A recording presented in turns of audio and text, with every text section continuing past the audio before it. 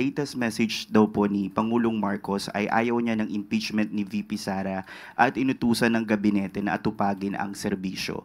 Ang sabi po niya kahapon, malinaw that he is a victim of political persecution by the Marcos government because he is an ally of the Dutertes. Your comment on that? Bato-bato sa langit, ang tamaan ay huwag magalit. Maaari na po tayong tumanggap ng inyong mga katanungan. First question po, Raquel Bayan, Radyo Pilipinas. Yes, sir. Good morning po. Doon po sa initial na pagbiyahe ng MV Mamalakaya, ilang mangingisda po kaya yung napagbilhan natin and how much po kaya yung naging buying price natin doon sa mga isda? Opo, ayon po sa ulat po ni Commodore Triella, meron pong nabiyayaan o nabinipisyuhan po ng 120 fishermen. At 11 na fishing vessels po ang nabinipisyuhan ng Kadiwa program, ang KBBM. 20.3 tons of fish ang nabili at diretsa po itong naibagsak sa fish port po. At yun po, at ito po ay magtutuloy-tuloy hanggat marami silang nakikita at namomonitor ng mga fishing vessels na maaari nangingisda at hanggang 2028 po ito ay ipapatupad. Okay, so safe to say, Yusek, na until Marcos administration po magtutuloy-tuloy po yung pagpapadala natin ng sa West Philippine Sea. Yes, opo, para matugunan din po ang issue about food security. Talaga po ito ay pinag-utos ng ating Pangulo. And can we say, Yusek, na bahagi rin po ito ng effort ng pamahalaan para ma-increase yung presence natin sa West Philippine Sea? Opo, dahil tayo naman po ay may karapatan dito sa Bajo de Masinloc at dapat lamang po ma-exercise ng ating mga kababayan kung ano ang nararapat na mga karapatan po natin. Next question, Harley Valbuena, PTV4. Good morning, Yusek. Ma'am, still in line with the food security, doon po sa 20 pesos rice, do we have a timeline as to when we can make the benteng bigas meron na available for all? And then may we also know the criteria in choosing the priority areas kung saan po natin dadalhin yung 20 pesos rice? Sa ngayon po, ang sa Kadiwa centers, vulnerable sectors po ang makikinabang pansamantala hanggang December 2025. Sa LGUs po, kung ano man po ang kanilang magiging guidelines, maaari po ito maging rice for all. Depende na po yan kung ano po ang magiging panuntunan ng LGU na siyang makikipag-cooperate po sa programang ito. Pero ang plano po sa susunod na taon po ay magkaroon po ng budget para maibigay po ang 20 pesos na bigas kada kilo sa lahat. Yan po ang plano, depende pa po sa budget. Pero ipagdasal po natin na makaya po ito ng ating Pangulo at ng administrasyon para po ito sa taong bayan. Follow-up lang po. Kamusta naman po kaya yung cooperation ng mga LGUs na involved sa rice, doon po sa BBM rice? Since magkakaroon din po yata tayo ng transition ng leadership doon sa ilang LGUs since tapos po yung elections. Of course, magdadasal po natin na makipag-cooperate ang mas nakakaraming local government units sa abot ng kanilang makakaya.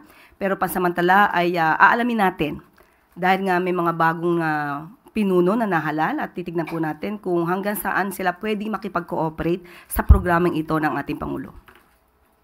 Next question, Maricel Halili, TV5. Magandang umaga, Yusek. Yusek, about the issuance of arrest warrant against former presidential spokesperson Attorney Harry Roque. Ang sabi po niya kahapon, malinaw that he is a victim of political persecution by the Marcos government because he is an ally of the Dutertes. Your comment on that, Yusek? Yan po naman talaga ang kanyang magiging naratibo, kanyang depensa. Pero hindi po niya sinasagot ng mabuti kung nasaan nga ba yung mga dokumentong kanyang ipinangako sa House of Representatives at that time na nagkaroon po ng hearing sa Quadcom. Hindi po niya natutugunan yon at kung ano man yung mga sinasabing di umano hidden wealth niya ay hindi pa rin niya po natutugunan. So paano po kayo magkakaroon ng political persecution? At tandaan po natin, korte mismo ang nag-issue ng valid warrant of arrest patungkol po sa kaso ng qualified human trafficking. At hindi lamang po yan.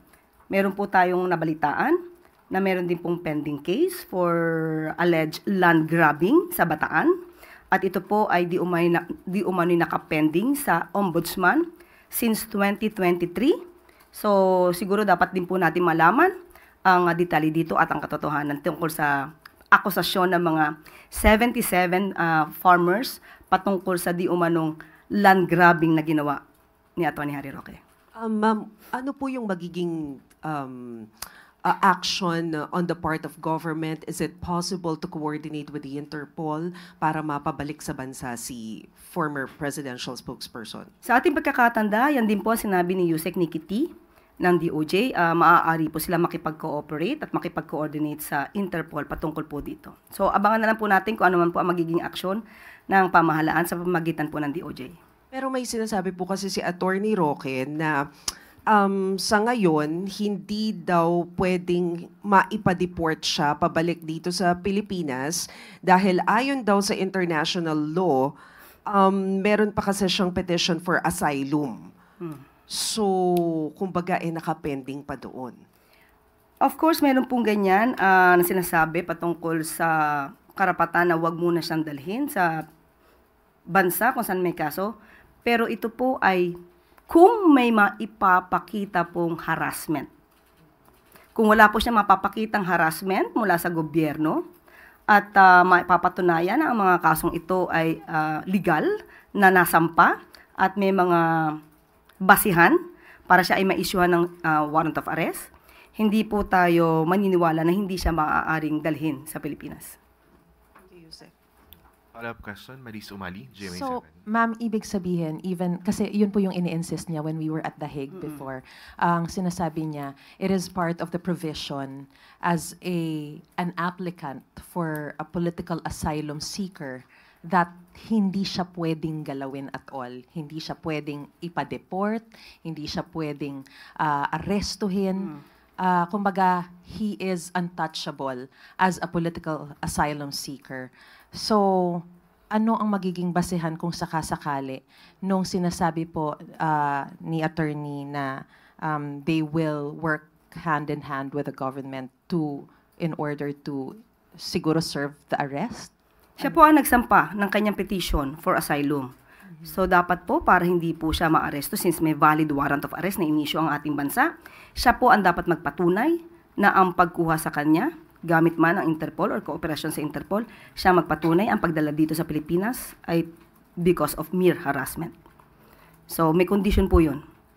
Hindi po yun statement na hindi ka pwedeng hulihin, basta-basta. Kung meron naman pong valid warrant of arrest at may kaso siyang dapat kaharapin, hindi po siya dapat magtago sa kanyang petition for asylum. Thank you, ma'am. Next question, Tristan Nadalo, Newswatch. Morning, Yusek. Ma'am, baka gusto lang pong i-clarify ng Malacanang kung totoo or hindi po ito. Kasi may mga lumabas po sa social media yesterday. Ang sinasabi po ay yung latest message daw po ni Pangulong Marcos ay ayaw niya ng impeachment ni VP Sara at inutusan ng gabinete na atupagin ang serbisyo. Can Malacanang verify kung totoo po itong lumabas na mga mensaheng ganito? Ang mabe-verify ko po sa inyo, totoo pong pinag-utos ng Pangulo na dapat asekusuhin po namin ang trabaho. Dapat madaliin po ang pag-i-implement ng mga proyekto na nais niya para sa taong bayan. Pero pagdating po sa impeachment, yan po ay nasa kamay na po ng Senado, nasa kamay na rin po ito ng mga prosecutors. So hayaan na lang po natin yung prosesong dumaloy ng normal. Thank you po. On another topic lang po, yung si Senator Bato de la Rosa, medyo nag-react po siya doon sa yung pag-welcome ng pala sa legitimate opposition, pero parang lalabanan yung mga obstructionists. Ang sabi po ni Senator de la Rosa sa interview po namin ay yung hindi raw po haharang yung Duterte block sa mga programa at batas. Pero sana raw po, sabi niya, kung gusto nila ng magandang samahan, magandang cooperation, do not start with warning or threatening the senators. With all due respect to Senator Bato de la Rosa, bato-bato sa langit, ang tamaan ay huwag magalit. Unang-una po, wala tayong pinangangalanan kung sino man. Ito po ay pangkalahatan. Ang nais po natin sa taong bayan ay huwag maging obstructionist para magtuloy-tuloy po ang mga gandang proyekto at programa ng Pangulo at ng administrasyon. Wala po tayong tinireten. Wala po tayong tinireten na senador. Sana po ito ay napakinggan man lang sana niya yung mga words na aking nasabi para siguro po maiiba ang kanyang impresyon at ang kanyang tugon kung nadinig niya yung buo kong sinabi. Ang sabi natin, ang mga lehitimong oppositionist ay welcome dahil kailangan po yan sa isang demokratikong bayan. Ang atin lamang hahadlangan ay yung mga obstructionist na walang ginawa kundi manira at kahit maganda ang proyekto ay hahadlangan. At hindi po yan magiging maganda para sa bansa at para sa taong bayan. Yusek, one follow-up question from Maris Umali, GMA7. Yusek, speaking of opposition o yung pagkakahati-hati po dito sa slate no, ng mga presumptive na mga senators, sa inyo pong perspektibo, ilan po ba talaga mula sa alyansa ang nakapasok sa top 12 at ano po ang magiging implikasyon nito sa presidential legislative agenda ni Pangulong Bongbong Marcos? Sa ngayon po, ang bilang po ay 6 ang nakapasok. Pero tapos na po ang eleksyon. Nagsalita na rin po ang taong bayan. Sa paningin po ng Pangulo, wala na pong alyansa, wala pong PDP, walang anumang kulay ng politika. Dapat lahat po na nahalal ay magkaisa-isa, magkaroon po ng kooperasyon.